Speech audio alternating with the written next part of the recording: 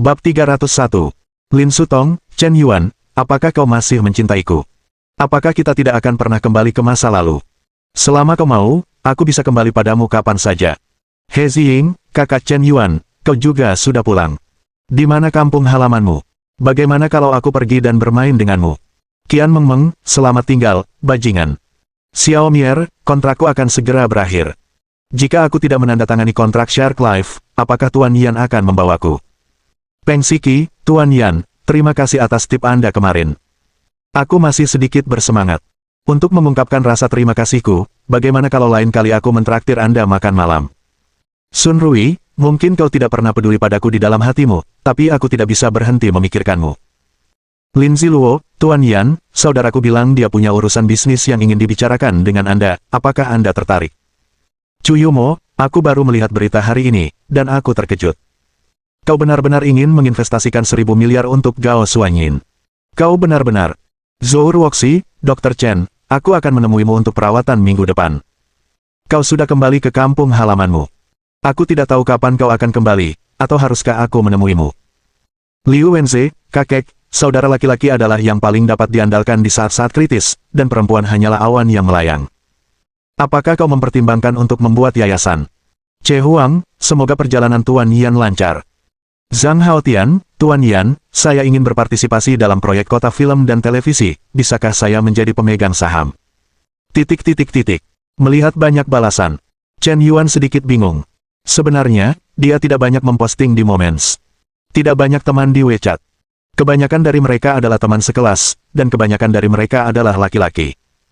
Di masa lalu, ketika dia memposting di Moments, hanya sedikit orang yang menyukai atau berkomentar. Meskipun sesekali ada 1 atau 2 komentar, semuanya dikomentari oleh Liu Wenze atau beberapa teman sekamar di asrama. Seiring waktu, dia tidak suka lagi memposting di Moments.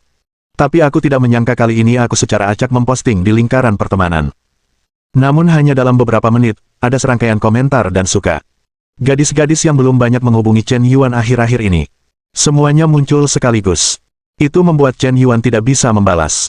Setelah naik kereta, Chen Yuan dengan sabar membalas satu persatu.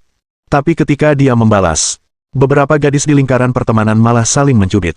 Sebagian besar adalah gadis-gadis yang berteman di WeChat. Terutama Sun Rui dan Lin Sutong mulai berkelahi di tempat. Lin Sutong, Sun Rui, dasar bajingan, tunjukkan sedikit harga dirimu, kau masih ingin merayu Chen Yuan, aku belum pernah melihat orang menjijikkan sepertimu. Sun Rui, kenapa aku menjijikkan? Chen Yuan bilang dia masih lajang. Kenapa aku tidak boleh mengejarnya? Mengejar cinta adalah hak setiap orang. Karena kalian sudah putus, kenapa aku tidak boleh mengejar Chen Yuan? Lin Sutong, bukankah kau sudah keterlaluan? Lin Sutong, aku sudah keterlaluan. Jika kau tidak mendorongku di belakangku, apakah aku akan putus dengan Chen Yuan? Aku benar-benar tidak menyangka kau orang seperti ini. Aku buta karena menjadi pacarmu. Sun Rui, apapun yang kau katakan, singkatnya, aku punya hati nurani yang bersih. Cinta itu egois, kenapa kau bisa mengkritikku dari posisi moral yang tinggi? Lin Sutong, dasar teh hijau. Sun Rui, kaulah teh hijaunya. Melihat Lin Sutong dan Sun Rui saling beradu mulut, Chen Yuan benar-benar terdiam. Jika kau ingin menyemprot, bisakah kau menyemprotnya di tempat lain? Apakah tidak sopan menyemprot di kolom komentar lingkaran pertemanan orang lain? Saat itu, Zhang Haotian tiba-tiba mengirim pesan kepada Chen Yuan. Tuan Yan, apa yang kukatakan itu serius. Aku ingin tahu apakah kita bisa mempertimbangkannya dan membiarkan Longjiang Real Estate menjadi pemegang saham kota film dan televisi. Kau ingin berinvestasi di kota film dan televisi. Kau yakin? Aku bahkan tidak berniat menghasilkan uang dari proyek ini. Aku menganggapmu sebagai teman dan mengatakan yang sebenarnya. Chen Yuan membalas pesan tersebut. Dia menganggap Zhang Haotian sebagai teman baik. Dia telah banyak membantunya sebelumnya dan sesudahnya, jadi memang tidak perlu menipu orang lain. Dia sudah berencana menghabiskan banyak uang untuk proyek curang ini. Pada akhirnya, kau sampai pada satu kalimat, apakah kau ingin membeli saham? Tapi Chen Yuan sama sekali tidak tahu. Ketika Zhang Haotian melihat berita itu, dia langsung menjadi lebih bertekad untuk membeli saham. Proyek senilai 1.000 miliar. Kau bilang kau tidak berniat menghasilkan uang. Apakah kau pembohong? Semakin banyak kau mengatakan itu, semakin besar margin keuntungannya. Kau hanya ingin makan daging untuk dirimu sendiri, dan kau bahkan tidak mau memberi sup kepada orang lain. Bos, jangan kubur aku. Lihatlah periode waktu ini. Demi memberimu kesempatan, kau bisa mengajakku. Aku benar-benar ingin berpartisipasi dalam proyek ini. Aku baru saja mengambil alih bisnis keluarga baru-baru ini. Sebenarnya, ada banyak pemegang saham generasi A yang menolakku, jadi aku harus sedikit membuat keributan. Perhatikan pesan ini. Chen Yuan tiba-tiba mengerutkan kening. Sikap Zhang Haotian menunjukkan bahwa dia bertekad untuk menjadi pemegang saham. Kamu boleh membeli saham kalau mau, tapi aku akan bicara baik-baik dulu. Kalau kamu rugi, jangan salahkan aku. Jangan khawatir, bos, investasi itu berisiko. Aku sudah tahu sejak lama. Kalau aku tidak mampu menahan risiko, bagaimana mungkin aku bisa menghasilkan banyak uang? Petik 2. Chen Yuan terdiam. Kamu juga berharap menghasilkan banyak uang. Tidak buruk kalau aku tidak menjadikanmu anjing. Sejauh Tianmen adalah tempat yang tidak ada masalah, Chen Yuan membeli tanah seluas 100 jutamu sekaligus, area yang sangat luas. Hanya untuk membangun seluruh kota, diperkirakan akan membutuhkan lebih dari 10 tahun pengerjaan, kan? Segala hal membutuhkan investasi terus-menerus. 1.000 miliar tidak cukup untuk dibakar. Kuncinya adalah kota baru memiliki lalu lintas yang lebih sedikit. Tianmen tidak memiliki keunggulan geografis yang unik. Kota ini termasuk dalam kota tingkat 7 dan 8. Kau telah membangun kota baru di sebelah kota tingkat ke-7 dan ke-8. Apa gunanya? Ini bukan ibu kota provinsi, dan sama sekali tidak diuntungkan oleh sumber daya utama provinsi. Bahkan jika kota film dan televisi ini dibangun, kemungkinan besar akan merugi. Dasar bocah, kau tidak pandai berbisnis, tapi kau mau menghamburkan uang denganku. Apa kau gila? Tapi keluarga Zhang baru saja membeli sebidang tanah. Uang yang bisa Zhang Haotian keluarkan untuk diinvestasikan dalam saham seharusnya tidak terlalu banyak, kan? Kalau dipikir-pikir, kau tidak akan rugi banyak. Chen Yuan baru saja selesai mengobrol dengan Zhang Haotian. Berita tentang Lin Ziluo, putri kedua keluarga Lin, muncul. Tuan Yan, mengapa Anda tidak membalas pesan saya? Mengapa saya harus membalas pesan Anda? Saudaraku bilang dia sangat tertarik dengan proyek kota film dan televisi Anda dan berencana untuk berpartisipasi. Di Provinsi Hubei, dengan dukungan keluarga Lin saya, semua jenis hubungan dalam proyek kota film dan televisi Anda dapat dijamin berjalan lancar. Apakah Anda mempertimbangkan kerjasama? Tentu. Chen Yuan tersenyum. Dia merasa sedikit malu karena telah menipu Zhang Haotian barusan. Tapi aku cukup malu telah menipumu, tuan muda keluarga Lin. Membawa keluarga Linmu untuk menghamburkan uang bersama, dan ketika saatnya tiba, keluargamu akan bangkrut. Kurasa kau masih sombong. Benarkah? Sepertinya Tuan Yan memang seorang pengusaha besar. Dia bisa melupakan kesedihan sebelumnya begitu cepat. Dia punya keberanian. Itu perlu. Bisnis tetap bisnis. Saya selalu mampu membiayainya. Bab 302. Tuan Yan, apakah kampung halaman Anda di Tianmen? Tanya Lin Ziluo. Ya, jawab Chen Yuan singkat. Kalau begitu, saya akan menemui Anda beberapa hari lagi. Ini pertama kalinya saya membicarakan bisnis dengan orang lain sejak saya dewasa. Kakak saya mengatakan bahwa untuk mengasah kemampuan saya, keluarga memberi saya modal awal 1 miliar. Jika saya berhasil membayar uang tersebut, saya akan memiliki kesempatan untuk menjadi direktur grup di masa depan. Jika saya kehilangan semua uang saya, keluarga saya akan menganggap saya sebagai orang yang tidak berguna di masa depan, dan hanya memberi saya uang saku 50 setiap bulan. Hanya, 50. Chen Yuan memutar matanya. Benar saja, dunia orang kaya memang sulit dipahami. Uang saku 50 per bulan terlalu sedikit. Tahukah Anda berapa banyak lulusan universitas unggulan 985 dan 211 yang berjuang selama 10 tahun, mungkin tidak dapat mencapai gaji tahunan 50. Gaji tahunan 600 juta bahkan lebih tidak terbayangkan. Anda masih gadis muda. Uang saku bulanan 50 terlalu sedikit. Tentu saja, di dunia ini, kelahiran jauh lebih penting daripada kerja keras. Terlahir di keluarga orang terkaya. Saat kau lahir, kau telah melampaui perjuangan orang lain selama 50 tahun. Ya, apakah 50 itu banyak? Bagi Tuan Yan, kurasa lebih dari 50 untuk membeli roda mobil. Jawab Lin Ziluo seperti itu. Berita dan opini publik telah meledak akhir-akhir ini. Singkatnya, nama Shen Haoyan bagaikan guntur. Pertama, dia menginvestasikan miliar yuan dalam proyek kota film dan televisi, dan kemudian dia menghabiskan 1 miliar yuan untuk selebriti internet wanita yang suka bergosip, dan bahkan suami nasional pun ditekan oleh perokok. Tulisan tangan seperti ini benar-benar membuat istri kedua dari keluarga Lin terkaya tercengang. Meskipun keluarganya adalah keluarga orang terkaya, aset grup Lin adalah 900 miliar. Tapi saudara laki-lakinya, Lin Yi, tampaknya tidak menghabiskan uang sebanyak itu. Apakah kau benar-benar akan datang ke Tianmen untuk menemuiku dalam beberapa hari? Ya, Lin Ziluo mengiyakan. Baiklah, terserah kamu. Chen Yuan menjawab dengan acuh tak acuh. Nyonya kedua keluarga Lin, dan bintang Gao Xuanyin, semuanya ingin datang ke rumahku sebagai tamu. Silakan saja. Pokoknya, aku tidak panik sama sekali. Kak, Chen Yuan sudah setuju. Lin Ziluo memegang telepon dan meminta pulsa kepada Lin Yi. Bagus sekali, manfaatkan kesempatan ini untuk mencari tahu detail keluarga Chen Yuan untukku. Aneh sekali. Aku mengundang perusahaan detektif swasta terbaik di provinsi ini untuk menyelidiki detail Tuan Yan, tetapi hasil penyelidikannya nihil sama sekali. Orang ini berasal dari latar belakang biasa, pendidikan biasa, orang tua biasa, pengalaman masa lalu biasa, dan semuanya biasa saja. Menurut data, dia benar-benar orang desa, seorang pria yang datang dari pedesaan tanpa kekayaan. Tapi bagaimana mungkin orang seperti itu mahir bermain piano, menari, berkelahi, menguasai banyak bahasa, dan bahkan memiliki keterampilan medis? Jika dia tidak diajar oleh guru privat yang berdedikasi sejak kecil, dan menerima pendidikan aristokrat, mustahil baginya untuk menguasai begitu banyak bakat. Yang paling aneh adalah dia masih sangat kaya. Bahkan lebih kaya dari keluargaku. Ada keraguan besar tentang identitas orang ini. Aku sama sekali tidak percaya bahwa orang ini akan selalu menjadi anak dari keluarga biasa. Hanya ada satu penjelasan, informasi asli orang ini telah dimodifikasi dengan sempurna. Lin Yi mengelus janggut tipis di dagunya, lalu ia melakukan analisis secara rasional. Kakak, jangan khawatir. Kali ini aku akan pergi ke rumahnya untuk mencari tahu. Apakah orang tuanya asli atau tidak, aku akan bisa mengetahuinya setelah beberapa hari bergaul. Pria ini terlalu misterius. Aku merasa dia bahkan mungkin tidak nyata. Namanya pun mungkin tidak asli, aku harus melihat langit biru di balik awan dan kabut. Mata Lin Ziluo berbinar. Rasanya seperti petualangan.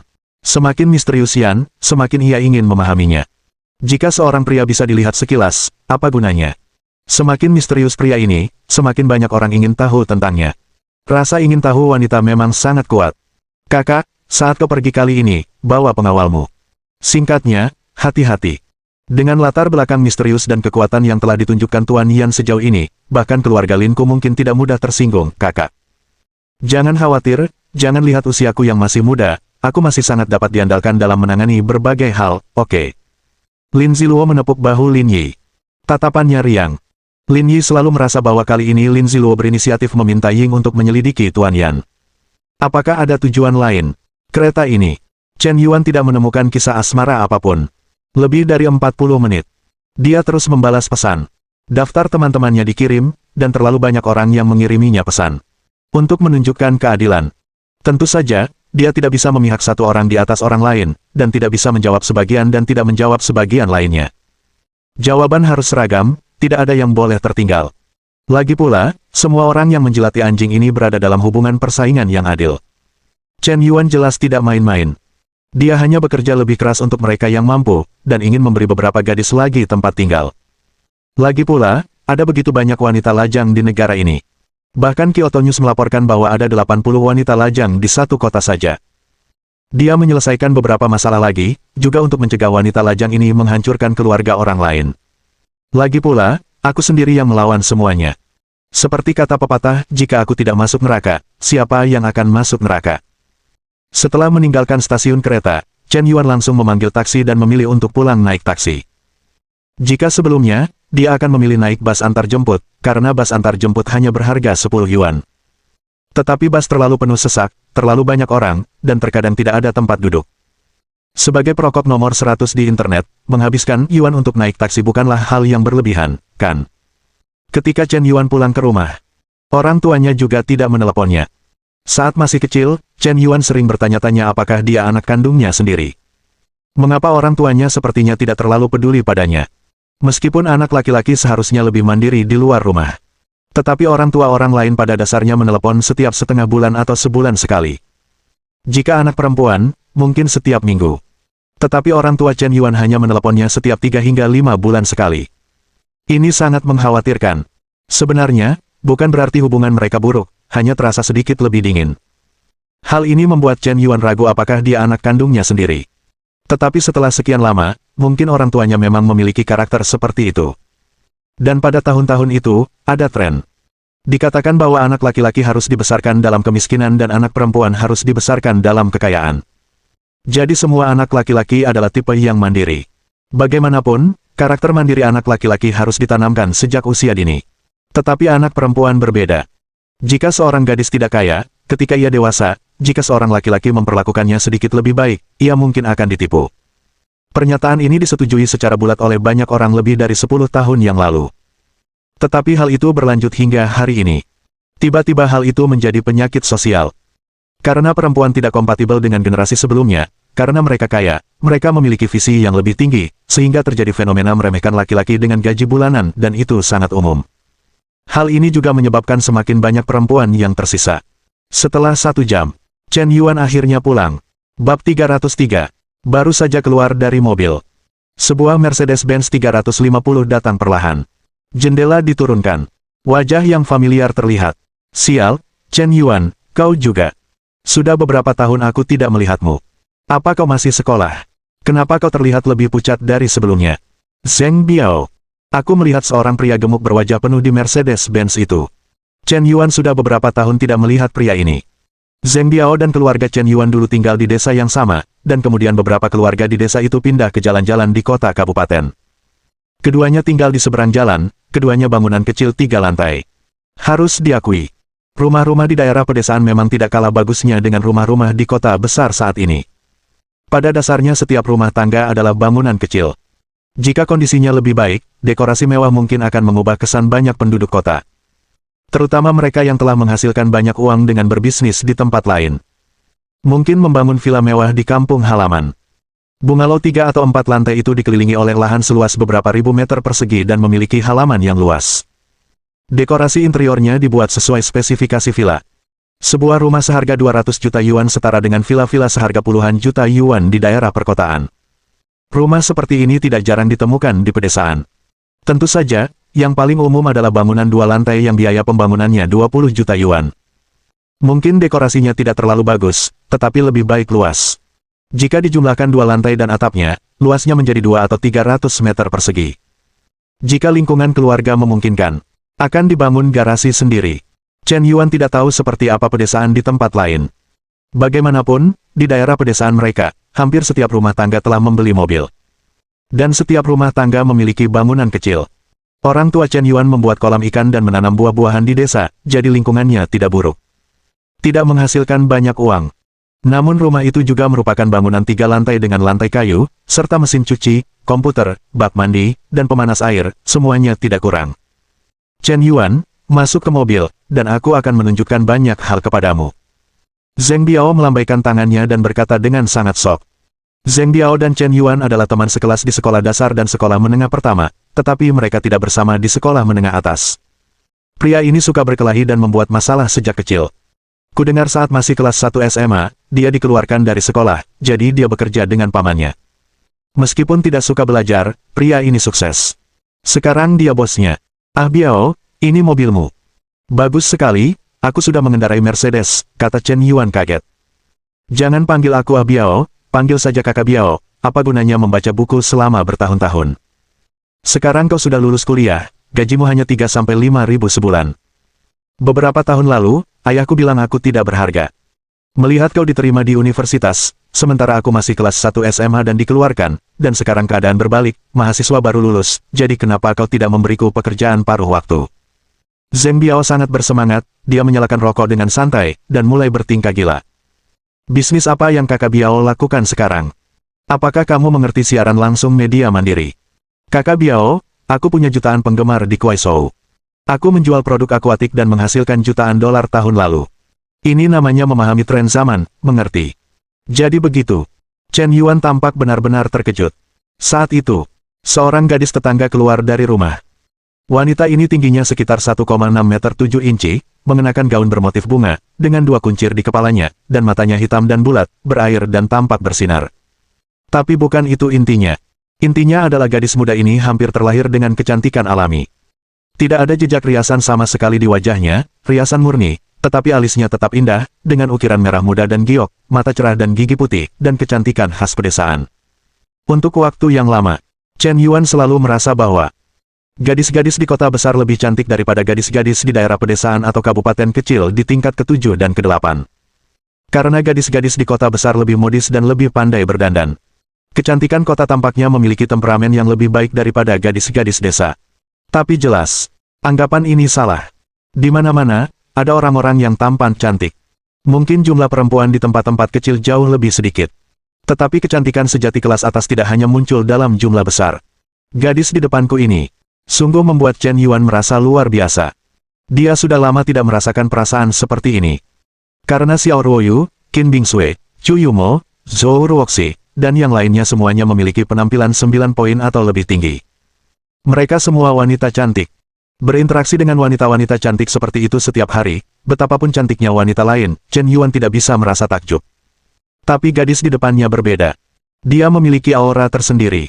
Saat tenang, dia seperti bunga halus yang bersinar di atas air, dan saat aktif, dia seperti pohon willow lemah yang tertiup angin, seolah-olah bulan tertutup awan tipis, dan salju berkibar seperti angin yang berhembus. Melihat ke belakang, Bai Meisheng tersenyum, dan istana keenamnya pucat pasi. Apakah ini Wang Mengmeng? Kata Chen Yuan dengan sedikit ragu. Astaga, dia sangat cantik. Gadis dari keluarga Wang yang lama ternyata secantik ini. Aku melihat dia cantik sejak kecil. Aku tidak menyangka dia akan secantik ini saat dewasa. Aku berada di Guangzhou. Di kota itu, sepertinya aku belum pernah melihat gadis yang lebih cantik dari Wang Mengmeng. Zheng Biao menatap Wang Mengmeng, hampir meneteskan air liur. Kakak Chen Yuan, kau kembali, kau tampak lebih tampan dan lebih tinggi. Wang Mengmeng berjalan mendekat dengan kaki kecilnya. Sepertinya setelah lama menatapnya, dia mengenalinya. Sudah lebih dari setengah tahun tidak bertemu, dan aku merasa Chen Yuan telah mengalami banyak perubahan. Dia menjadi lebih tampan, lebih tinggi, kulitnya membaik, dan dia menjadi lebih tinggi dan tegap. Seperti opa berkaki panjang di film dan drama televisi. Mengmeng, apakah kau sudah menyelesaikan pekerjaan rumahmu? Chen Yuan mengulurkan tangannya, ingin menyentuh kepala kecilnya. Tapi kalau dipikir-pikir, dia sudah besar sekarang, jadi sepertinya agak tidak pantas. Chen Yuan pernah menjadi tutor Wang Mengmeng untuk beberapa waktu ketika dia masih kecil, dan itu terjadi sekitar 4 atau 5 tahun yang lalu. Saat itu, Wang Mengmeng belum berkembang sama sekali. Hanya seperti anak kecil berkepala wortel. Dan sedikit gemuk. Meskipun modelnya sangat bagus, dia hanyalah seorang gadis kecil yang agak gemuk. Siapa sangka, setiap tahunnya semakin membaik, terutama tahun ini, rasanya seperti akan berubah dari itik buruk rupa menjadi peri. Dia juga semakin tinggi. Tapi Chen Yuan selalu merasa bahwa Wang Mengmeng tidak begitu mirip dengan Lao Wang, benarkah? Mengapa pria kasar seperti Lao Wang melahirkan anak perempuan seperti Wang Mengmeng? Terutama setelah gadis ini dewasa. Ini bahkan tidak masuk akal. Kakak Chen Yuan, semua orang sudah lulus SMA, jadi aku bukan anak kecil lagi. Aku sedang liburan sekarang, menunggu hasil ujian masuk perguruan tinggi, kenapa aku masih mengerjakan PR? Mengmeng, kakak Biao, aku menyukaimu. Jika aku pergi besok, aku akan meminta Lao Wang untuk melamarnya. Jangan kuliah di universitas manapun. Ikuti kakakku untuk makan makanan enak dan minum minuman pedas. Aku jamin kau tidak akan khawatir soal makanan dan pakaian seumur hidupmu. Kakak Biao, kau terlalu gemuk, bukan tipeku. Wang Mengmeng menatap Zheng Biao dengan tatapan kosong. Aku bisa menurunkan berat badan untukmu. Aku tidak suka orang tua, kau sudah 22 tahun, dan kau masih mau berbohong pada kakak iparku. Bab 304. Ding. Operasi menjilat anjing dimulai. Nama, Wang Mengmeng. Usia, 18 tahun. Tinggi, 167 cm. Berat, XNUMX. Nilai wajah, 9,5 poin. Tingkat kesukaan gadis terhadap tuan rumah, 30 poin. Ikat hubungan menjilat anjing, ketika tingkat kesukaan wanita terhadap tuan rumah melebihi 95 poin, serangan balik berhasil, identitas diubah, dan pihak lain akan menjadi tuan rumah yang menjilat anjing. Setelah serangan balik selesai, hadiah 10% konsumsi emas menjilat anjing. Poin penguatan hadiah, 35 poin. Poin penguatan dapat memperkuat atribut fisik tuan rumah, termasuk kekuatan, konstitusi, kelincahan, semangat, del. Keterampilan bonus. Kemahiran bernyanyi tingkat mahir. Ding. Tingkat kesukaan awal gadis itu terlalu tinggi, dan hubungan menjilat anjing gagal diikat. Apa? Pengikatan gagal. Wajah Chen Yuan terasa sakit. Pertama-tama, dia tidak menyangka bahwa penilaian sistem terhadap penampilan Wang Mengmeng akan setinggi itu. Mencapai angka yang mencengangkan, 9,5 poin. Ini adalah gadis tercantik di antara semua gadis yang ditemui Chen Yuan. Tentu saja, Chen Yuan merasa bahwa jika Wang Mengmeng berpakaian seperti ini, dia bisa bersaing dengan Xiao Ruoyu, Qin Bingsui, Zhou Ruoxi, Chu Yumo, dan lainnya. Seharusnya tidak ada keuntungan sama sekali. Alasan mengapa sistem memberikan penilaian seperti itu mungkin karena dia sepenuhnya menggunakan riasan. Ini menunjukkan bahwa dia sangat mudah dibentuk. Selama Anda berdandan dengan baik, Anda akan kagum. Dalam keadaan saat ini, pesonanya seharusnya masih tersegel. Penilaian sistem sangat realistis. Sistem akan secara otomatis mengecualikan semua kondisi tambahan eksternal seperti pakaian, gaya, riasan, kecantikan, filter, del. Langsung mengembalikan penampilan asli seorang gadis. Memberikan penilaian yang paling akurat. Tentu saja, penampilan seseorang tidak statis. Gadis-gadis dapat sedikit meningkatkan standar penampilan mereka melalui penurunan berat badan, kebugaran, yoga, dan perawatan. Tentu saja, operasi plastik juga merupakan salah satu caranya. Namun, apakah operasi plastik tersebut akan diakui oleh sistem masih belum pasti. Setidaknya di antara gadis-gadis yang pernah berhubungan dengan Chen Yuan, tak satu pun dari mereka yang memenuhi standar Dewi melalui operasi plastik. Mengenai operasi plastik, Chen Yuan tampaknya memiliki keterampilan medis di bidang ini, dan pencapaiannya sangat tinggi. Jika Anda ingin terlihat cantik, sebaiknya Anda langsung pergi ke Chen Yuan. Tentu saja, bukan itu intinya. Intinya adalah pengikatan sistem gagal. Tingkat kesukaan Wang Mengmeng terhadapnya adalah 30 poin sejak awal. Tingkat kesukaan ini tidak dianggap terlalu tinggi. Tapi jauh lebih baik daripada orang asing, tidak menyebalkan, dan bahkan sedikit mempercayaimu. Bisa pergi makan malam berdua saja denganmu. Sayang sekali tidak bisa terikat dengan angka 95 poin.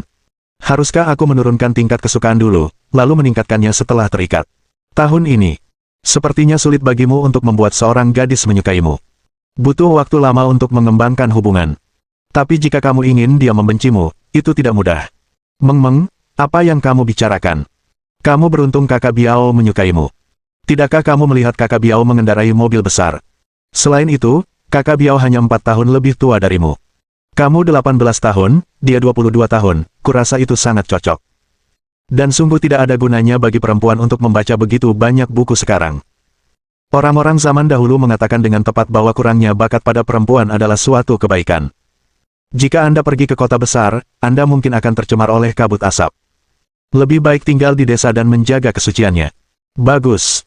Haha, Chen Yuan, kau anak muda, akhirnya kau berada di jalan yang benar, kenapa kau tidak bergaul denganku di masa depan? Kalian semua dari desa yang sama, aku tidak akan memperlakukanmu dengan buruk, haha. Zheng Biao tertawa, merasa penuh tekanan.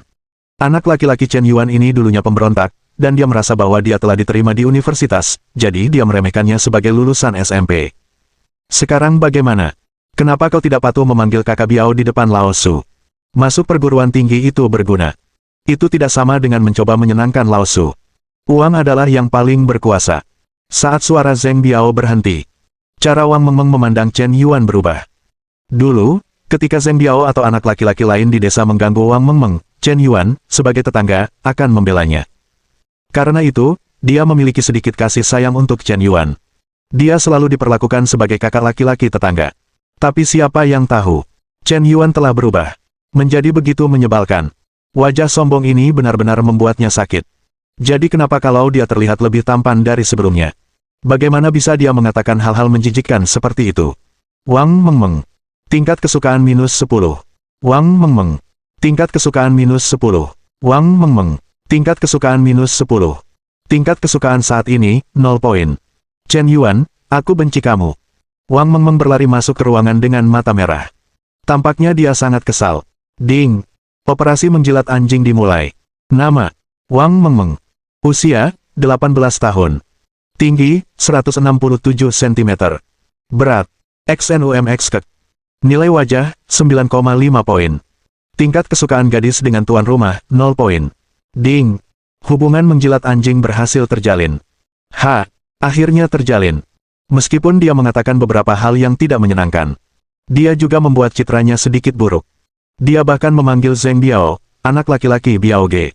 Dia membuat dirinya menjadi seperti dua anjing. Tapi semua itu tidak penting. Mengikat Wang Mengmeng, gelombang ini bukanlah kerugian. Kembali ke rumah. Chen Yuan mendapati gerbang rumahnya terkunci. Agak aneh. Mungkinkah ibu dan ayah tidak ada di rumah? Chen Yuan mengeluarkan ponselnya dan menelepon ibunya, Ma Qiumei. Halo, Bu, aku pulang. Kenapa ibu dan ayah tidak di rumah? Tanya Chen Yuan. Aku ada urusan pulang ke rumah ibu, kalau ibu butuh apa-apa, ibu bisa cari ayah. Tut gelombang-gelombang. Halo. Chen Yuan terdiam, ibunya begitu acuh tak acuh. Chen Yuan mengeluarkan ponselnya dan menelepon ayahnya, Chen Jianhong, lagi. Hei, ayah, di mana ayah? Aku pulang dari liburan musim panas. Kenapa tidak ada orang di rumah, dan pintunya terkunci? Nak, ayah dan ibu pergi berlibur. Kunci pintu ada di bawah celah batu bata. Ibu bisa melihatnya begitu membukanya. Ibu mungkin tidak akan segera pulang, jadi ibu meninggalkan uang 2 yuan di rumah untukmu. Kau bisa mencari tahu sendiri. Pak Chen, ini telepon siapa? Telepon anakku. Bip bip bip gelombang-gelombang. Setelah lelaki tua itu selesai berbicara, dia juga menutup telepon. Chen Yuan terkejut. Apa yang terjadi? Mengapa suara wanita di telepon terdengar begitu familiar? Bukankah ini suara Bibi Tang Yun? Sial, mengapa Bibi Tang Yun tinggal bersama ayah dan pergi berlibur? Bibi Tang Yun adalah wanita cantik yang terkenal di desa, dia juga menantu perempuan Lao Wang di sebelah rumah, dan ibu dari Wang Mengmeng. Sekarang, Tang Yun dan ayahnya, Chen Jianhong, pergi berlibur, dan ibunya kembali ke rumah orang tuanya sendirian. Nima ini. Mengapa hubungan mereka begitu kacau? Chen Yuan memiliki firasat buruk di hatinya. Saat ini, Bibi Luo Hong dari sebelah rumah melambaikan tangan kepada Chen Yuan. Chen Yuan, kemari, aku akan memberitahumu sesuatu. Ada apa, Bibi Luo Hong? Chen Yuan berjalan mendekat. Sebaiknya kau tidak pulang akhir-akhir ini, pergi keluar untuk menghindari sorotan, ada sesuatu yang terjadi pada keluargamu. Ada apa? Chen Yuan semakin bingung. Bukan soal hutang asmara ayahmu. Bibi Tang Yun kawin lari dengan ayahmu, dan ibumu kembali ke rumah ibunya dengan marah. Paman Wang sekarang pergi ke rumah sakit untuk tes paternitas. Sekarang beredar rumor di desa bahwa Wang Mengmeng mungkin bukan anak kandung Wang, dia lahir dari ayahmu dan Bibi Tang Yun. Apa? Wang Mengmeng adalah adikku. Sekarang Chen Yuan benar-benar terkejut. Bab 305. Aku baru saja mengikat Wang Mengmeng, dan sekarang kau bilang dia adikku. Bagaimana mungkin ada konspirasi sekeji ini? Ini semua salahmu, Paman Wang, yang bekerja di luar sepanjang tahun. Ayahmu dianggap sebagai salah satu orang terbaik di desa kita di antara orang-orang yang tidak pernah keluar. Baik dari segi penampilan maupun kemampuan, mereka semua baik, tidak lebih buruk dari orang-orang yang berbisnis di luar. Bibi Tang Yun dan ayahmu akan datang dan pergi berulang kali, dan semuanya akan baik-baik saja. Lao Wang tidak pernah meragukannya sebelumnya, sampai 2 tahun terakhir, Wang Mengmeng menjadi semakin cantik. Ada beberapa gosip di desa. Banyak orang mengatakan bahwa Wang Mengmeng tidak mirip Lao Wang, tetapi agak mirip dengan ayahmu. Dalam kemarahannya, Pak Tua Wang mengatakan bahwa dia akan melakukan tes paternitas untuk membuktikan bahwa anak itu adalah anaknya. Siapa sangka bahwa sebelum hasilnya keluar, ayahmu dan Tang Yun akan melarikan diri terlebih dahulu. Bukankah ini laporan diri? Lao Wang sekarang menjadi gila. Dia juga memiliki temperamen yang keras, jika hasil penilaian menunjukkan bahwa Wang Mengmeng benar-benar bukan putrinya, Lao Wang mungkin akan berkelahi dengan ayahmu menggunakan pisau dapur. Kurasa kau juga harus menghindarinya. Sorotan publik, siapa yang tahu apa yang akan dilakukan Lao Wang? Bibi Luo Hong dengan ramah membujuknya. Jika aku pergi, apa yang akan dilakukan Wang Mengmeng? Ibunya terlalu tidak bertanggung jawab, jadi dia kawin lari dengan ayahku, bajingan. Lalu apa yang akan dilakukan ibuku? Mentalitas Chen Yuan juga meledak. Apa ini namanya? Nak, bagaimana mungkin ada yang mengatakan bahwa ayahmu brengsek? Bukankah dia bajingan? Terlalu tidak bertanggung jawab untuk melakukan hal seperti itu. Chen Yuan mengumpat, dan tiba-tiba merasa bahwa dia tidak berhak memarahi ayahnya. Karena dia tampaknya memiliki lebih banyak gadis untuk dirinya sendiri. Ini bisa dianggap sebagai masalah yang muncul tiba-tiba dan lebih baik daripada masalah yang muncul tiba-tiba, kan? Bibi Luo Hong, apakah Wang Mengmeng tahu tentang ini sekarang? Dia masih belum tahu bahwa anak ini baru saja menyelesaikan ujian masuk perguruan tinggi dan akan segera masuk universitas. Orang-orang di desa lebih berpengetahuan. Tidak ada yang menyebutkan masalah ini di depan Wang Mengmeng. Aku khawatir gadis ini tidak akan mampu menanggung pukulan itu. Begitu, Bibi Luo Hong, serahkan masalah ini padaku. Apapun hasil tes paternitasnya, aku akan menghadapinya dengan tenang dan tidak akan menghindar dari tanggung jawab. Karena ini kesalahan ayahku, maka utang ayah kepada Sixian, aku akan berusaha sebaik mungkin untuk menebusnya kepada Paman Wang. Chen Yuan tahu. Untuk pria manapun, jika hal seperti ini terjadi, kemungkinan besar akan runtuh dalam sekejap. Uang sama sekali tidak bisa menebus semua ini. 18 tahun kerja keras, seolah-olah itu milikku sendiri, dan pengabdian tanpa pamrih, tetapi pada akhirnya anak itu bukan milikku. Jadi apa gunanya perjuanganku selama bertahun-tahun? Ini sangat kejam. Meskipun pria itu terlihat kuat, tetapi keruntuhan hanyalah hal sesaat. Ketika seseorang benar-benar kehilangan akal sehat dan hatinya dipenuhi rasa malu, apapun benar-benar mungkin terjadi. Jika Wang Mengmeng benar-benar saudara perempuannya, Chen Yuan tidak bisa mengabaikannya. Nama asli Wang tua adalah Wang Zilong. Dia adalah pria yang benar-benar kasar. Tingginya 5 kaki dan tebal 3 inci, dan penampilannya tidak bagus. Dia mengenakan kalung emas di lehernya sepanjang tahun dan memiliki potongan rambut pendek. Di masa mudanya, dia adalah seorang tukang batu. Apa yang dia lakukan adalah kerja keras. Dalam beberapa tahun terakhir, dia akhirnya berhasil menemukan jati dirinya dan menjadi kontraktor kecil sendiri. Dan Tang Yun terkenal sebagai wanita cantik di wilayah seluas 10 mil dan 8 desa. Kudengar 20 tahun lalu, kecantikan Tang Yun sangat memukau, dan entah berapa banyak pemuda yang datang ke rumahnya untuk melamar. Pada akhirnya, Tang Yun jatuh cinta pada seorang bajingan. Orang ini adalah kakak laki-laki di Jianghu, dengan puluhan anak buah di bawah komandonya. Awalnya dia sangat berkuasa, tetapi akhirnya dijatuhi hukuman seumur hidup. Namun, pria ini masih baik dan saleh, dan dia tidak ingin menunda Tang Yun, jadi dia menceraikannya. Karena Tang Yun dulunya adalah istri, kakak laki-laki, dan dia diceraikan lagi, jadi tidak ada yang berani menikahinya. Tapi Wang Zilong tidak keberatan. Jadi Firaun dan Tang Yun menikah. Saat itu, banyak pria yang meremehkannya secara lahiriah, tetapi mereka iri dalam hati. Wang tua, si katak memakan daging angsa. Tampaknya dalam kehidupan nyata, situasi seperti itu selalu bisa ditemui. Pria jelek menikahi wanita cantik. Pria tampan menikahi gadis jelek. Sebaliknya, jika dua orang sama-sama cantik, atau sama-sama jelek, mereka akan saling tidak menyukai. Aku tidak tahu mengapa terjadi fenomena aneh seperti ini. Keluarga Wang yang lama telah berkembang sangat baik dalam 2 tahun terakhir. Putriku juga akan kuliah. Dia juga dianggap sangat sukses. Kehidupan bahagia sudah di depan mata. Tapi sekarang, semuanya hancur. Yang paling menjengkelkan adalah ayah Chen Yuan. Jika Wang Mengmeng adalah saudara perempuannya, itu berarti Chen Jianhong telah berselingkuh dengan Lao Wang selama 19 tahun. Mungkin lebih dari itu. Selama periode ini, tidak ada yang menemukan aktivitas mesum di antara keduanya. Orang tua itu menyembunyikannya terlalu dalam. Ini level raja, kan? Chen Yuan sedikit lelah. Apa yang dilakukan ayahnya, membiarkan anaknya membersihkan pantatnya, apa sebutannya? Chen Yuan merogoh di bawah ubin lantai di depan pintu dan menemukan kunci pintu. Membuka pintu dan masuk. Waktu berlalu begitu cepat. Tanpa kusadari, sudah pukul 8 malam. Seorang pria pucat kembali dengan sepeda motor. Matanya kosong. Hatinya malu. Di rumah sakit, dia mendapatkan laporan tes paternitas. Dokter memberitahunya. DNA menunjukkan bahwa Wang Mengmeng tidak memiliki hubungan darah dengannya. Meskipun dia sudah menduga hasilnya sejak lama, ketika laporan itu keluar, dia tetap terpukul. Lao Wang mengambil ponselnya dan menelepon Tang Yun berulang kali. Tetapi Tang Yun menolak, dan memblokir semua informasi kontaknya. Sehari yang lalu, perempuan jalang ini kawin lari dengan Chen Jianhong yang bodoh. Dan juga meninggalkannya sebuah surat. Dia mengatakan bahwa selama 10 tahun terakhir, dia sama sekali tidak bahagia. Dia tidak pernah mencintainya. Yang dia sukai adalah Jianhong. Hanya Jianhong yang akan muncul pertama kali ketika dia menghadapi kesulitan dan membutuhkan bantuan.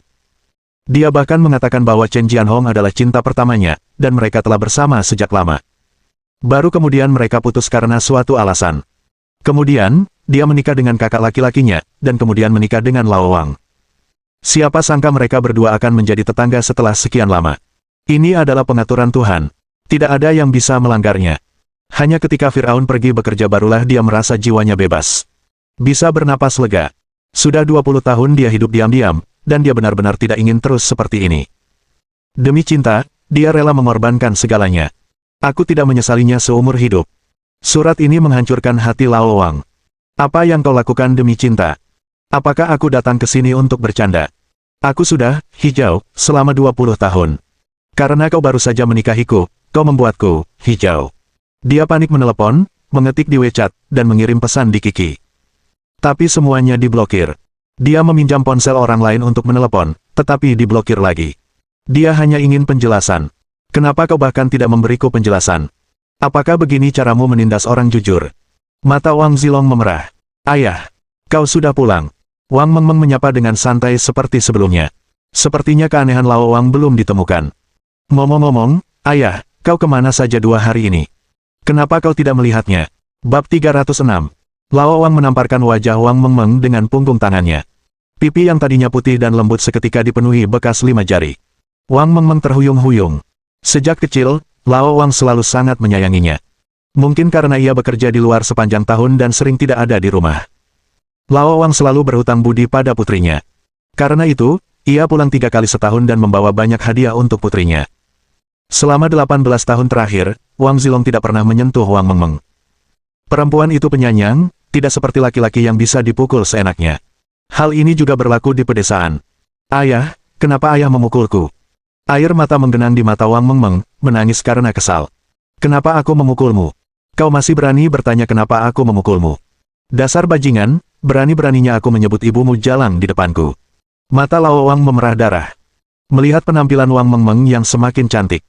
Bagaimanapun dilihatnya, dia tampak sangat mirip dengan Chen tua di sebelah rumah. Seketika itu juga, sebuah ide gila muncul di benaknya. Chen Jianhong dan Tang Yun, kedua bajingan itu, kawin lari. Tapi putrimu tetap bersamaku. Karena aku tidak bisa menemukanmu. Maka aku akan membuat putrimu membayar harganya. Lagi pula dia bukan putrinya sendiri. Aku benar-benar ingin membuatmu membayar dengan darah. Raungan. Pada saat ini, Lao Wang sepenuhnya melepaskan iblis di hatinya, dan dia menyerbu ke arah Wang Mengmeng seperti serigala lapar. Dia langsung mendorong Wang Mengmeng ke tanah. Dan mulai merobek pakaiannya. Ayah, apa yang kau lakukan? Ayah, bagaimana kau bisa terlihat seperti ini? Kau ayahku. Wang Mengmeng berteriak keras. Dia benar-benar ketakutan. Siapa sangka ayahnya, yang selalu penuh kasih sayang di matanya, akan melakukan sesuatu yang keji padanya suatu hari nanti. Kau ayahku. Ketika Old Wang mendengar teriakan itu, dia langsung terkejut. Pikiran jahat yang awalnya lahir di hatinya juga ditekan karena kata-kata ini. Ya, sekalipun anak perempuan itu bukan anak kandungku, dia tetaplah anak perempuan yang telah kubesarkan selama 18 tahun. Apa yang sebenarnya kulakukan? Bagaimana mungkin aku melakukan hal yang tidak sebaik seekor binatang buas? Tapi, dia anak haram Lao Chen tetangga sebelah, dan aku harus membuatnya membayar atas perbuatannya ini. Kau bukan putriku, kau anak haram hasil hubungan ibumu dengan pria liar di luar sana. Wang tua meraung histeris. Peng! Saat itu, gerbang rumah Wang tua ditendang hingga terbuka. Itu adalah Chen Yuan yang datang. Rumah mereka awalnya bersebelahan, dan mereka sangat dekat. Chen Yuan memiliki mata dan telinga yang tajam, dan dia langsung bereaksi ketika mendengar teriakan Wang Mengmeng. Dia bergegas dengan tegas. Siapa sangka, begitu gerbang ditendang terbuka, pemandangan mengerikan terlihat. Aku melihat Lao Wang menekan Wang Mengmeng ke tanah dan merobek pakaiannya. Nima ini. Bahkan jika itu bukan putrimu sendiri, kau tidak bisa melakukan ini, kan? Pintu ditendang terbuka, Lao Wang terkejut selama beberapa detik. Tapi dia melihat bahwa itu adalah Chen Yuanhou yang datang. Kemarahan yang terpendam dan dada yang tersiksa seolah menemukan jalan untuk dilampiaskan tiba-tiba. Adapun Wang Mengmeng, dia masih agak tidak berdaya. Tapi pria di depannya ini adalah putra Chen Jianhong. Sekarang ayahmu telah melarikan diri, aku akan membawa putramu untuk dioperasi.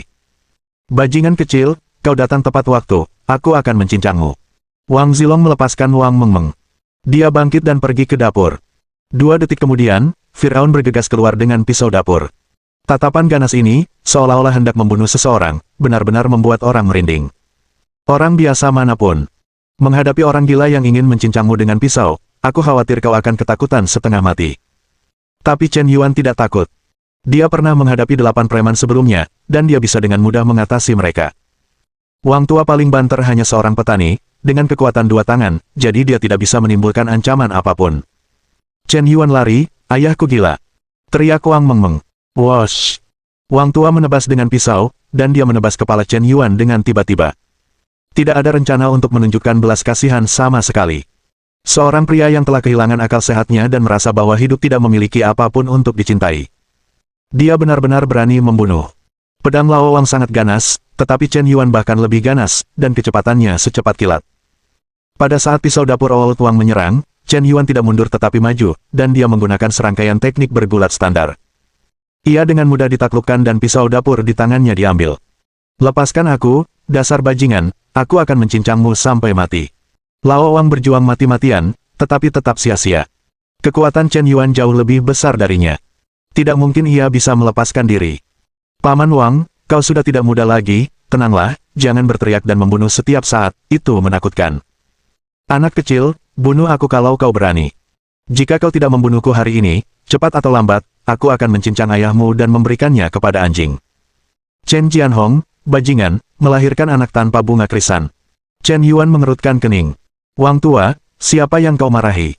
Jika Chen Jianhong tidak melakukan kesalahan dan membuat Chen Yuan merasa dirugikan, ia tidak akan tahan dengan ludah Lao Wang. Baiklah, Paman Wang, aku tahu ayahku telah berbuat salah padamu. Aku meminta maaf atas namanya, tapi masalahnya sudah seperti ini. Tidak ada gunanya kau membalas dendam seperti ini. Kenapa kau harus impulsif dan ikut campur? Apakah kau juga ingin menanggung akibatnya? Omong kosong, Chen Jianhong telah berselingkuh dariku selama 20 tahun, apa salahnya jika aku melupakannya, apakah aku masih laki-laki?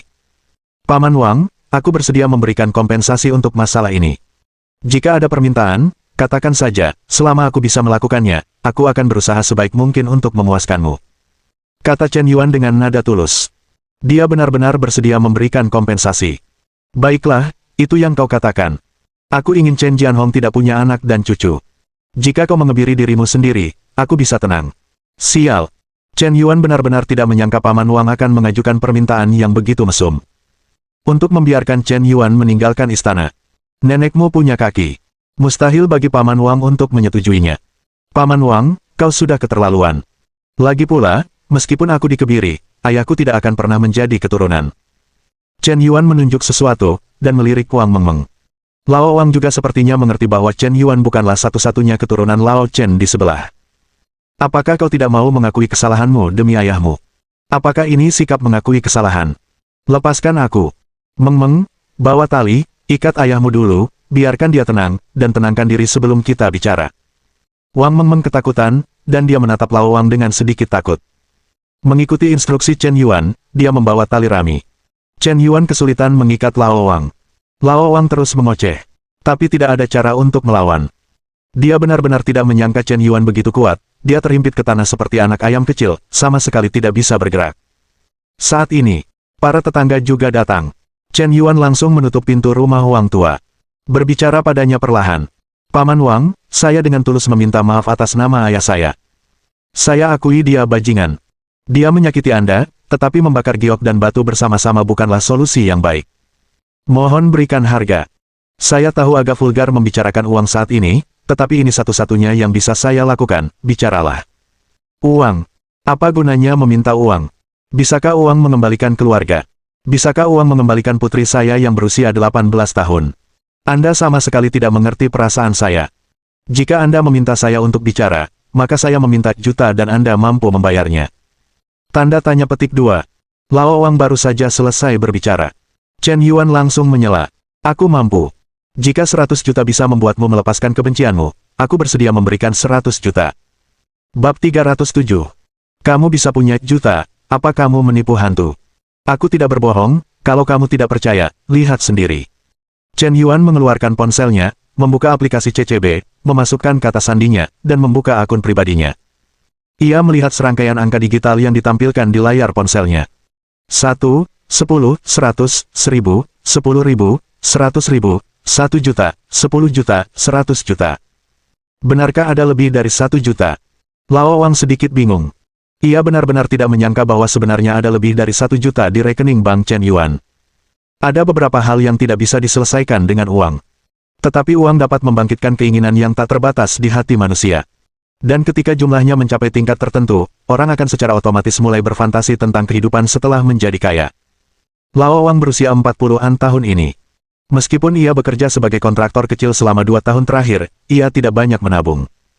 Dia adalah seorang pria desa, berusia 40-an, dan dia tidak tampan. Dalam situasi ini, dia hampir tidak bisa menemukan istri. Tetapi jika ada juta, bahkan jika anak perempuan itu bukan anak kandungnya, dia masih bisa menemukan wanita muda dan cantik untuk melahirkan anaknya. Pria berusia 40-an juga bisa melahirkan. Yang terpenting adalah uang. Dia juga bisa tinggal di villa besar, dan dia juga bisa menjalani kehidupan orang kaya di kota besar. Sekarang desa telah tercoreng, maka dia tidak akan kembali di masa depan. Orang tua lanjut usia juga bisa dibawa ke kota. Dengan juta, akan mudah untuk memulai musim semi kedua. Bagi orang seperti dia yang bekerja keras selama setahun dan dapat menabung lebih dari 100.000 yuan. 100 juta jelas merupakan angka yang fantastis. Begitu seseorang memiliki pilihan, dia akan menjadi rasional. Sebelumnya dia tidak punya pilihan sama sekali. Hidup begitu menyedihkan sehingga tidak ada tujuan untuk hidup. Tetapi sekarang, Chen Yuan memberinya kesempatan untuk memilih. Dia sekarang memiliki 2 pilihan. Yang pertama adalah mati bersama keluarga Chen. Kau mati atau aku hidup. Bahkan jika dia cukup beruntung menemukan Chen Jianhong dan membunuhnya, dia telah melakukan kejahatan pembunuhan dan harus membayar harga yang mahal untuk itu. Itu sama dengan membayar satu nyawa, dan mati bersamamu. Cara kedua adalah menerima kompensasi Chen Yuan, mendapatkan juta, melupakan masa lalu, dan memulai hidup baru. Mungkin ketika orang mencapai usia parubaya, mereka masih bisa melihat kehidupan baru yang indah. Memikirkannya seperti itu, Wang Zilong menyadari bahwa dia masih takut mati. Tidak ada seorang pun yang takut mati. Alasan mengapa seseorang berani membunuh mungkin karena dia sendiri tidak ingin hidup lagi. Tetapi jika orang ini ingin hidup, dia mungkin tidak akan begitu impulsif, dan dia juga tidak akan memiliki keberanian untuk membunuh lagi. Apakah kau yakin bisa memberiku semua juta ini? Tentu saja, aku akan mentransfer uangnya ke kartu bank Wang Mengmeng. Kau telah membesarkannya selama bertahun-tahun. Bahkan jika dia bukan ayah kandungmu, dia seharusnya berbakti.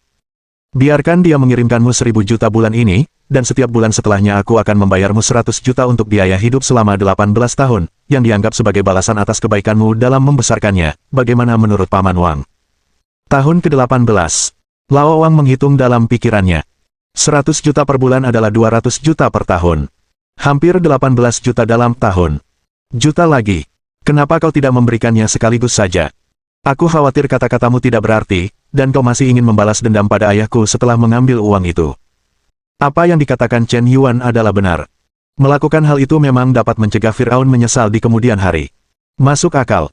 Dan rekening yang dia tunjukkan kepada Lao Wang barusan adalah uang dari rekening pribadinya sendiri. Ini tentu saja tidak dapat diberikan begitu saja.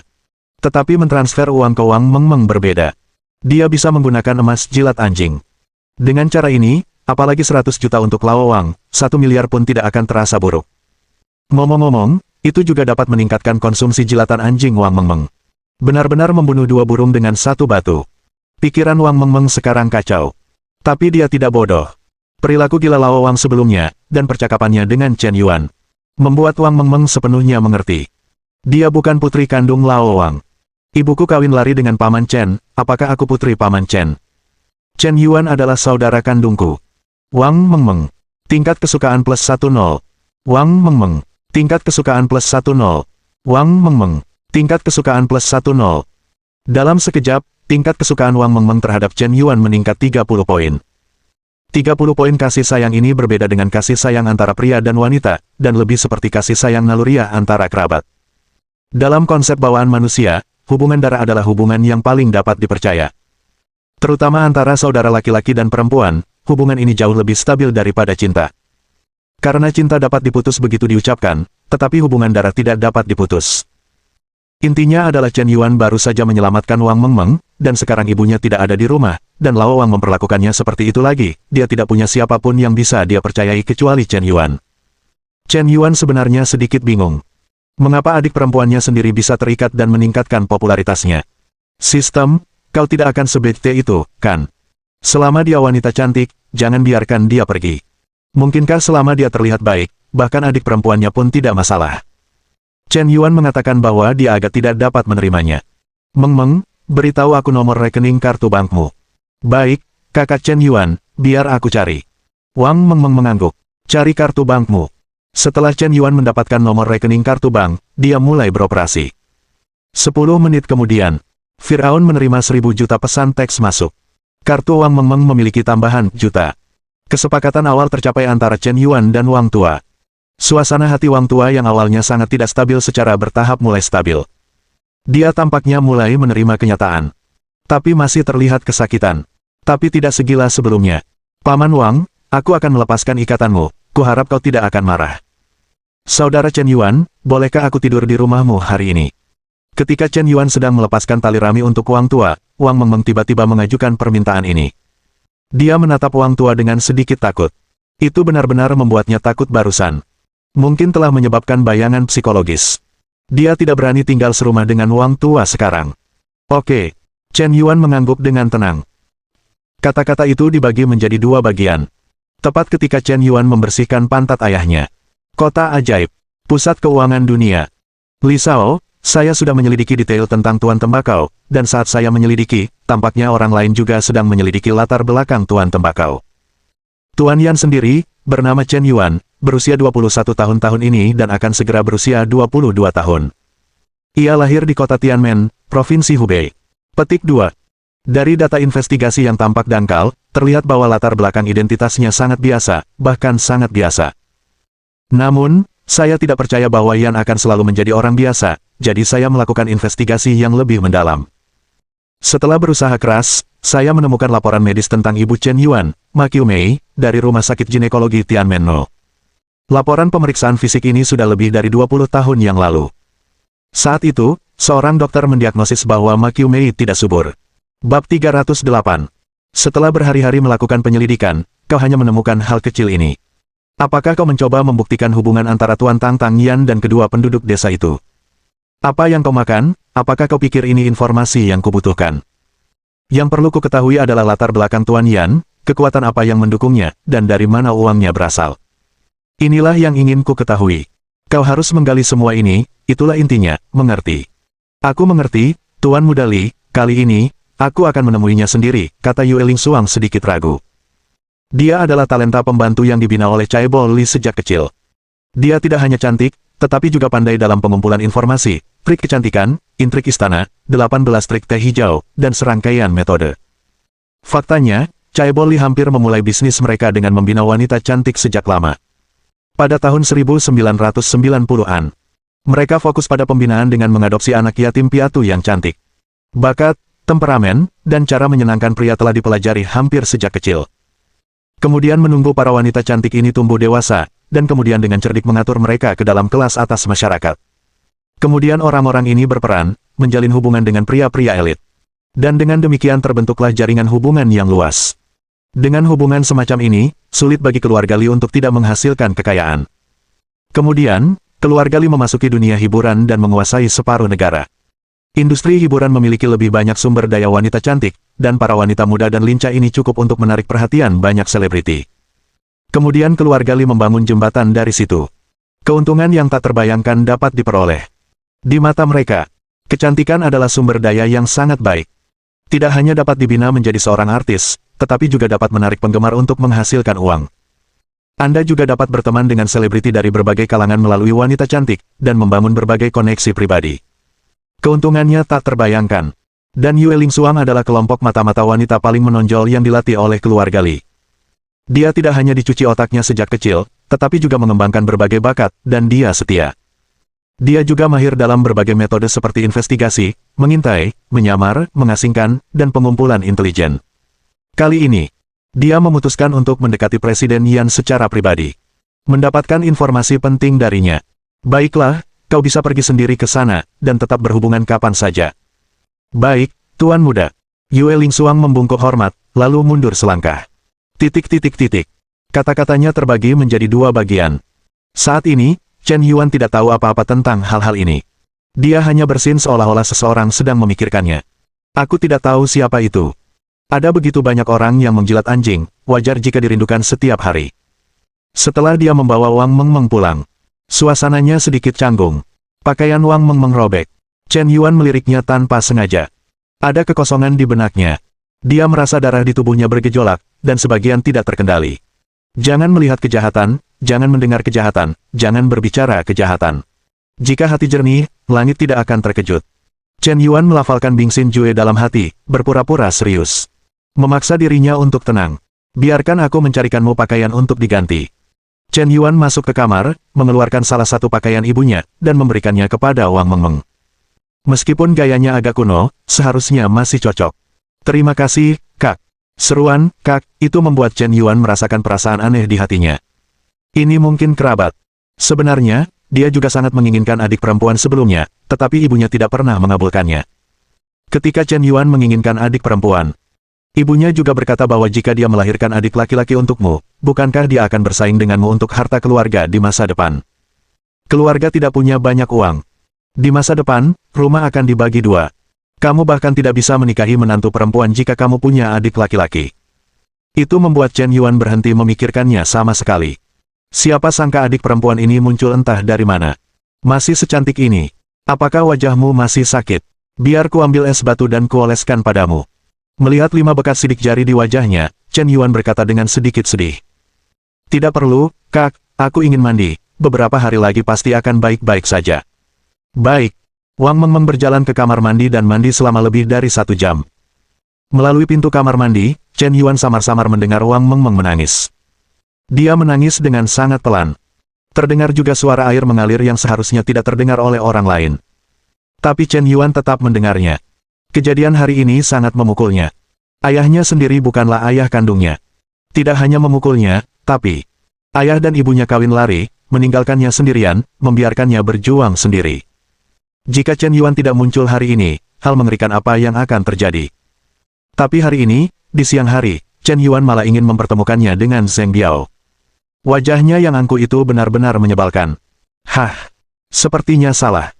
Kakak Chen Yuan sangat kaya, dia bisa menghabiskan sejumlah besar uang juta sekaligus, tapi mengapa dia ingin menyenangkan Zheng Biao yang mengendarai Mercedes-Benz? Apakah aku salah paham? Atau dia hanya bercanda? Bagaimana kakak Chen Yuan bisa punya uang sebanyak itu? Ini 200 juta yuan. Sepertinya aku tidak mengenal keluarga mereka. Wang Mengmeng menangis, dan tiba-tiba merasa curiga. Dan ketika Lao Wang sedang menebas Chen Yuan dengan pisau dapur, tidak ada jejak rasa takut di wajah Chen Yuan, dan dia dengan mudah menundukkannya. Bukankah ini yang seharusnya dilakukan orang normal? Semakin aku memikirkannya, semakin aku bingung, dan semakin aku memikirkannya, semakin aku merasa tidak percaya. Pada saat yang sama, ada rasa ingin tahu yang kuat di hatiku. Wang Mengmeng mandi. Chen Yuan sudah berbaring di tempat tidur dan mulai tidur. Meskipun rumah mereka memiliki 3 lantai, tetapi sebenarnya ada banyak ruang yang tidak digunakan. Hanya ada 2 tempat tidur di rumah itu, dan hanya 2 kamar yang telah dibersihkan. 1 untuk dirinya sendiri dan 1 untuk orang tuanya. Setelah Wang Mengmeng mandi, dia berjalan ke kamar Chen Yuan. Mengmeng, apakah kamu ada urusan lain? Kenapa kamu tidak tidur saja? Kakak, bolehkah aku berbagi kamar denganmu? Kata Wang Mengmeng dengan wajah memilukan. Ini, tidak terlalu bagus, kamu tidur di kamar orang tuaku, kamar mereka cukup luas. Aku sedikit takut. Aku tidak mau tidur di kamar paman dan bibiku. Kenapa aku tidak tidur di lantai bersamamu saja? Wang Mengmeng sedikit waspada. Mungkin apa yang terjadi hari ini benar-benar membuatnya takut. Membuatnya merasa sangat tidak aman. Baiklah kalau begitu, aku akan tidur di lantai dan kamu tidur di tempat tidur. Bagaimana mungkin ada alasan untuk membiarkan adikku tidur di lantai?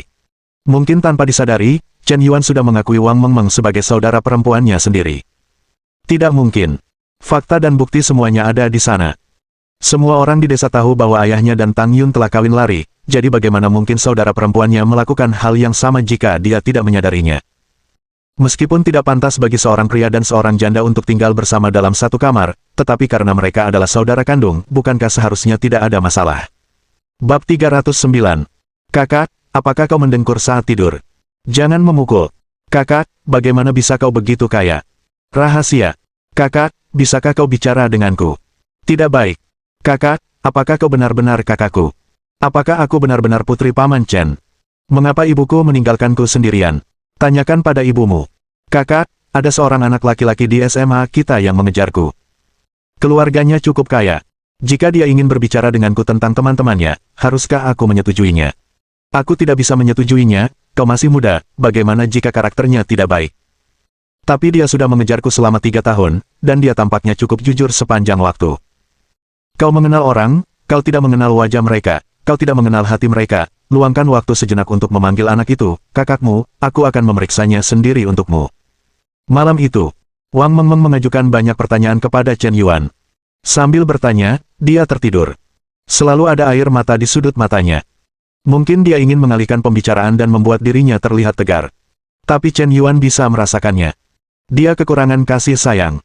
Ayahnya bukan ayah kandungnya, dan ibunya juga melarikan diri, hanya meninggalkan saudara tirinya, Chen Yuan. Tidak ada yang peduli padanya, mencintainya, memahaminya. Sekarang satu-satunya yang bisa melindunginya adalah Chen Yuan. Dia sepertinya sudah mencapai titik terendah. Dia hanya bisa bergantung pada saudara laki-lakinya sendiri, Chen Yuan. Hening sepanjang malam. Pagi-pagi sekali keesokan harinya. Masih ada diskusi di desa. Apa yang terjadi pada keluarga Wang tua kemarin? Apakah dia berkelahi dengan Chen Yuan? Aku tidak tahu, mungkin itu hasil tes paternitas. Wang tua marah, jadi dia berkelahi dengan Chen Yuan. Sepertinya dia belum pernah berkelahi. Lagi pula, pemuda itu masih muda dan bersemangat.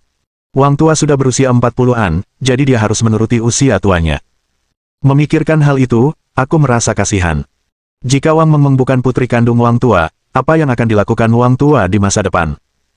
Tepat ketika beberapa bibi di desa yang sama sedang membicarakannya, pintu rumah Lao Wang terbuka. Wang Tua, yang kemarin tampak seperti orang gila, ternyata tenang saat membuka pintu hari ini. Bahkan ada sedikit senyum di bibirnya. Sepertinya semua pukulan itu telah lenyap. "Saudara Wang, apakah kamu baik-baik saja?" tanya seorang paman dari desa yang sama dengan nada khawatir. "Tidak apa-apa, apa yang bisa kulakukan?" "Itu hasil tes paternitas. Kalian membicarakan masalah ini, tapi sebenarnya tidak ada apa-apa. Meng memang putriku sendiri. Aku terlalu banyak berpikir." Jawaban Lao Wang membuat para bibi di desa yang sama sedikit bingung. "Kalian berteriak-teriak kemarin. Mengapa berubah begitu pagi ini? Mungkinkah dia dipaksa oleh Chen Yuan? Tapi seharusnya tidak. Itu tidak masuk akal. Jika orang lain mengalami hal seperti ini, aku khawatir mereka bahkan tidak menginginkan hidup mereka, dan mereka akan mati bersama kalian. Apalagi yang bisa mengancamnya? Jika bukan paksaan. Tapi Chen Yuan hanyalah mahasiswa biasa, berapa banyak yang bisa dia bayar? Berapa banyak? Ratusan ribu? Jutaan? Aku khawatir hal semacam ini, beberapa juta mungkin belum tentu bisa menyelesaikannya. Bahkan jika kalian memberi kompensasi kepada Lao Wang dengan seluruh aset keluarga, Lao Wang mungkin tidak akan menyerah. Mungkinkah hasil penilaian itu benar? Wang Mengmeng benar-benar putri Lao Wang. Kalau tidak, bagaimana mungkin dia sampai menggigit giginya dan menelan ludah, bahkan menanggung penderitaan seperti ini? Kurasa Lao Wang mungkin khawatir soal harga diri dan tidak ingin orang lain mengungkap aibnya, jadi dia hanya menipu dirinya sendiri. Tepat ketika sekelompok orang menunjuk-nunjuk, Lao Wang tiba-tiba menyeringai. "Jangan menebak-nebak, Mengmeng benar-benar putriku sendiri. Alasan mengapa aku mempermainkan Mengmeng kemarin adalah karena kenakalan gadis ini. Di usia semuda itu, dia menjalin hubungan seperti itu dengan Chen Yuan, bocah nakal. Ini memalukan, aku terlalu malu untuk mengatakannya. Aku sangat marah saat itu, aku sampai berkelahi dengan bocah nakal Chen Yuan itu. Sekarang aku juga berpikir jernih, putriku sudah dewasa dan telah mencapai usia menginginkan seorang pria, aku tidak bisa mengendalikannya, Chen Yuan juga dibesarkan olehku, dia tahu dasar-dasarnya, dan sifatnya tidak buruk. Jika dia benar-benar jatuh cinta pada Mengmeng, aku tidak keberatan, biarlah." Lao Wang tersenyum licik, seolah-olah dia tidak peduli sama sekali. Tetapi kata-katanya penuh dengan kata-kata yang memilukan. Sekarang di desa yang sama, banyak orang membicarakan bahwa Wang Mengmeng mungkin putri tetangga Lao Chen, bukan putri kandung Lao Wang. Tapi sekarang, Anda benar-benar mengatakan bahwa Wang Mengmeng dan Chen Yuan berpacaran. Jika Mengmeng benar-benar putri Lao Wang, itu saja, tidak berbahaya. Tapi bagaimana jika dia adalah anak Lao Chen? Nima ini, Chen Yuan dan Mengmeng menikah, dan melakukan sesuatu yang memalukan. Itu benar-benar keterlaluan dan tidak masuk akal, dan langit tidak akan mentolerirnya. Hubungan seperti ini akan dikecam oleh seluruh desa. "Pak Wang, apakah Anda mengatakan yang sebenarnya? Apakah saya masih bisa berbohong kepada Anda? Itu yang terjadi kemarin." "Tidak apa-apa, saya pergi dulu." Firaun mengemas barang-barangnya. Membawa tas besar dan kecil, sepertinya dia akan melakukan perjalanan panjang. Tempat menyedihkan ini, dia mungkin tidak akan pernah kembali di masa depan. Tapi sebelum dia pergi, dia sangat jijik. Dia ingin menyeret Chen Yuan ke dalam air. Biarkan anak ini juga menanggung perasaan dicubit oleh seluruh desa. Setelah 1 jam, pintu rumah Chen Yuan terbuka. Dia keluar bersama Wang Mengmeng. Tiba-tiba, mata semua bibi berubah. Chen Yuan dan Wang Mengmeng benar-benar tinggal bersama. Tidak bermoral. Itu benar-benar keterlaluan. Chen Yuan tidak mempedulikan petunjuk dari para bibinya, dia masih menganggapnya sebagai fenomena normal. Karena sesuatu terjadi baru-baru ini antara keluarga Chen dan keluarga Wang, itu benar-benar membuat orang terdiam. Kata-kata tersebut dibagi menjadi 2 bagian. Dalam 2 hari terakhir, grup film dan televisi Suanyin mengirim tim inspeksi khusus untuk melakukan penyelidikan terperinci di kota Tianmen. Belum lagi, seperti yang dikatakan Tuan Yan, meskipun kota Tianmen bukanlah kota pengembangan utama di provinsi ini, kota ini tidak memiliki peninggalan budaya yang sangat menarik.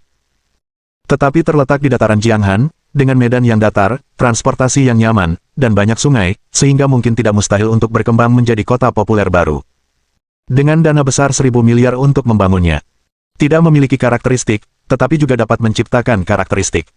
Pembangunan kota film dan televisi di tempat sekecil itu dapat sangat mendorong perkembangan ekonomi lokal. Pasti ada kebijakan preferensial di kota tersebut. Jika hal itu dapat mendorong perekonomian dan merevitalisasi tempat ini, mungkin nilai lahan seluas 100 juta mu ini akan meningkat 10 kali lipat di masa depan. Itu tergantung pada apakah asap selalu dapat mengubah kerusakan menjadi keajaiban. Berhasil mengembangkan kota film dan televisi. Rencana Tuan Yan sama sekali bukan untuk menghasilkan uang sedikit. Dia menginvestasikan 1.000 miliar dan mungkin ingin menghasilkan 1 triliun. Inilah kemurahan hati yang sesungguhnya, kebijaksanaan yang luar biasa. Pagi ini, tim investigasi telah melakukan beberapa kontak dengan para pemimpin kota. Ketika para pemimpin kota mengetahui bahwa proyek kota film dan televisi senilai miliar yang baru-baru ini diunggah di internet sebenarnya berlokasi di kota Tianmen, mereka langsung sangat gembira. Senyum di wajah mereka hampir tak tertahankan. Dengan investasi sebesar itu, betapa besar prestasi politik yang bisa diraih. Tak bisa diabaikan. Tidak mungkin, para pemimpin daerah kecil jarang sekali menghadapi investasi proyek sebesar ini. Dalam hal ini, tidak mungkin untuk mempermalukan mereka. Bab 310. Tak lama kemudian, tim investigasi dari Suanyin Film and Television Group mencapai kesepakatan awal dengan para pemimpin kota Tianmen. Para pemimpin kota mengatakan bahwa mereka pasti akan memberikan dukungan terbesar untuk proyek ini. Pekerjaan selanjutnya akan dipimpin oleh Biro Manajemen Tanah, dan kemudian penduduk desa akan membahas berbagai masalah kompensasi. Lahan seluas 100 juta mu itu tidak semuanya berupa lahan kosong. Sebagian adalah lahan pertanian, sebagian adalah lahan hutan, dan sebagian adalah lahan tempat tinggal penduduk desa. Lahan kosong, lahan pertanian, lahan hutan, semuanya mudah diatasi. Tetapi jika Anda memiliki rumah dan tinggal di tempat yang dihuni orang, kompensasi akan menjadi sedikit rumit. Jadi, lahan seluas 100 juta mu itu diambil alih. Kompensasi sebenarnya akan jauh lebih besar dari yang dibayangkan.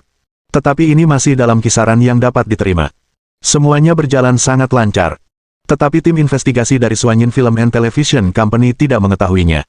Kurang dari 2 jam setelah mereka dan para pemimpin kota mencapai kesepakatan proyek. Masalah ini bocor. Grup Korea. Kantor CEO. Tuan Han, berita terbaru yang baru saja saya dapatkan adalah bahwa grup film dan televisi Suanyin kemungkinan akan berinvestasi dalam proyek kota film dan televisi senilai miliar di kota Tianmen, dan bahkan lokasi tepatnya telah terungkap. Lokasinya hanya kilometer di utara Xincheng. Pinggiran kota. Apakah berita ini dapat dipercaya? Tanya Han Sansui dengan mata menyipit. Dia licik seperti rubah. Jangan khawatir, Tuan Han, sumber berita ini benar-benar dapat dipercaya, ini berita dari pemerintah kota. Kalau begitu, segera kumpulkan dana, manfaatkan kesempatan untuk membeli sebidang tanah, dan ketika waktunya tepat, tukar kepemilikan dan jual tanah itu. Harapan Han Sansui sangat menggema.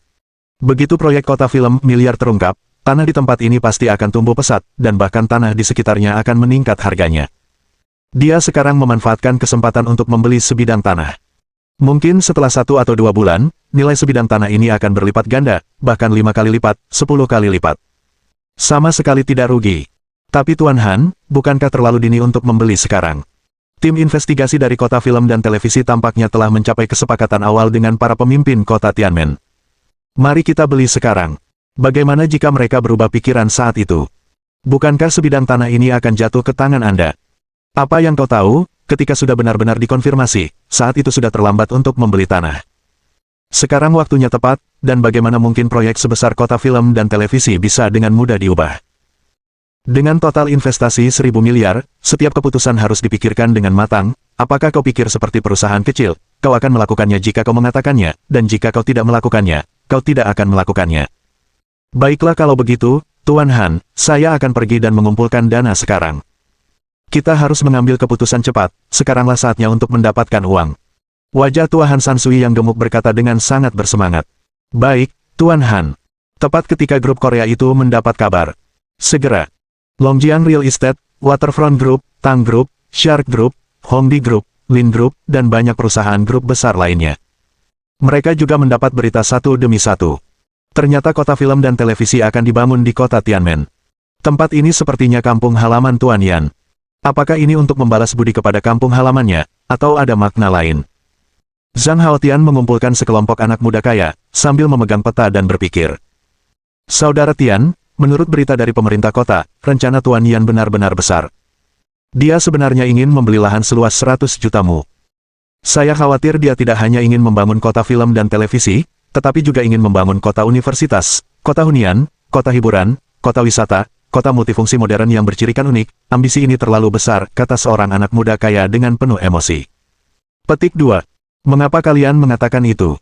Tanya Zhang Haotian. Pertama-tama, jika saya memiliki lahan super luas seluas 100 juta mu, saya akan memilih untuk beroperasi dengan cara ini. Pertama, Proyek ini akan merekrut sejumlah besar pekerja konstruksi di tahap awal, dan tim konstruksi saja mungkin mencapai lebih dari 1 orang. Untuk tim konstruksi sebesar itu, pengeluaran harian sangat besar. Para pekerja ini membutuhkan tempat tinggal, tempat makan, dan tempat berbelanja dan mengonsumsi kebutuhan sehari-hari. Jika saya adalah seorang perokok, saya akan membangun sebuah komunitas terlebih dahulu, mengatur agar para pekerja ini tinggal di komunitas tersebut, memperbaiki lingkungan, dan meningkatkan kesejahteraan mereka, serta membangun beberapa supermarket besar dan pasar sayur. Selama lingkungannya baik, para pekerja konstruksi ini kemungkinan akan membawa istri dan anak-anak mereka untuk tinggal bersama mereka. Pada saat itu, rumah-rumah di komunitas tersebut dapat mengadopsi model berlangganan. Biarkan para pekerja konstruksi ini bekerja di kota film dan televisi untuk waktu yang lama, dan setelah 3 hingga 5 tahun, mereka bisa membeli rumah dengan harga setengahnya atau bahkan lebih rendah. Pada saat itu, mereka telah membeli rumah yang dibangun sendiri dan mungkin harus membayar kembali pinjaman setelah menabung uang yang telah mereka tabung selama beberapa tahun tanpa menabung sepeser pun. Tapi saya yakin sebagian besar pekerja konstruksi ini akan bersedia saat itu. Karena membeli rumah di tempat lain membutuhkan pembayaran penuh. Smoke selalu dapat mencapai pengembalian modal yang cukup.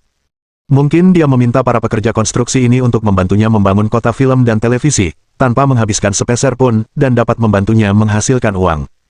Kedua, setelah komunitas dibangun, mulailah membangun kota film dan televisi, dan langsung biarkan perusahaan film dan televisi Anda sendiri memulai operasinya. Pada saat yang sama, ajukan permohonan ke Biro Pendidikan, buka akademi film dan televisi, bangun kota universitas, dan rekrut mahasiswa dari seluruh negeri, untuk semakin meningkatkan popularitas. Selama ada lebih banyak mahasiswa, popularitas tempat ini tidak akan buruk. Pasti akan ada lebih banyak orang yang bersedia menetap di kota film dan televisi, dan harga rumah secara alami akan naik. Langkah ketiga adalah mulai mengumpulkan gelombang demi gelombang pelaku bisnis dari masyarakat melalui para siswa, membentuk lingkaran ekologi perkotaan, dan membangun sekolah dasar, sekolah menengah pertama, dan sekolah menengah atas. Langkah keempat adalah membuka tempat-tempat wisata khusus di kota film dan televisi untuk lebih meningkatkan arus orang dan konsumsi. Langkah kelima, ketika jumlah orang bertambah, serangkaian fasilitas hiburan seperti bar, jalan pejalan kaki, jalan perbelanjaan, jalan kuliner, Happy Valley, kota hiburan, Del, akan mendorong kemakmuran kota film dan televisi. Jika itu adalah kota film dan televisi biasa, tentu tidak akan mampu menampung begitu banyak hal. Tetapi lahan yang ingin dibeli oleh Bapak Yan seluas 100 juta mu. Lahan seluas itu cukup untuk menampung semua proyek di atas. Setiap proyek dapat menghasilkan uang, dan setiap aspek dapat menghasilkan uang. Dengan kebijaksanaan Bapak Yan, mustahil baginya untuk tidak memikirkan hal-hal ini. Bahkan apa yang saya katakan mungkin ada beberapa yang terlewatkan. Semua proyek ini mungkin akan terwujud di masa depan, dan kemungkinan pengembangannya sangat tinggi. Pada saat itu, uang yang selalu bisa Yan hasilkan mungkin merupakan angka astronomis setiap hari, yang dapat terus memberinya penghasilan besar.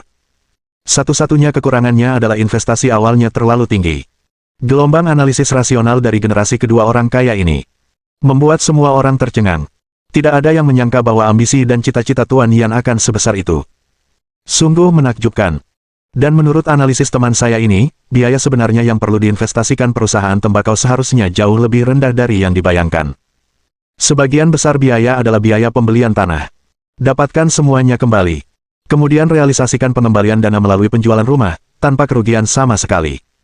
Dengan operasi seperti itu, arus orang akan meningkat secara alami. Beli. Aku harus membelinya. Aku harus cepat-cepat menyuruh ayahku membeli sebidang tanah. Rokok selalu menghasilkan banyak uang. Aku tidak bisa terlalu banyak minum sup seperti dulu, kan? Mohon dukungan dari omom ante-ante sekalian, buat subscribe atau sharekan novel Mimin ke Facebook kalian, agar channel Mimin bisa terus berkembang. Dengan begitu, Mimin bisa lebih semangat untuk up novel seru lain ke depannya. Buat teman-teman yang sudah subscribe dan sharekan novel Mimin, Mimin ucapkan terima kasih sebanyak-banyaknya.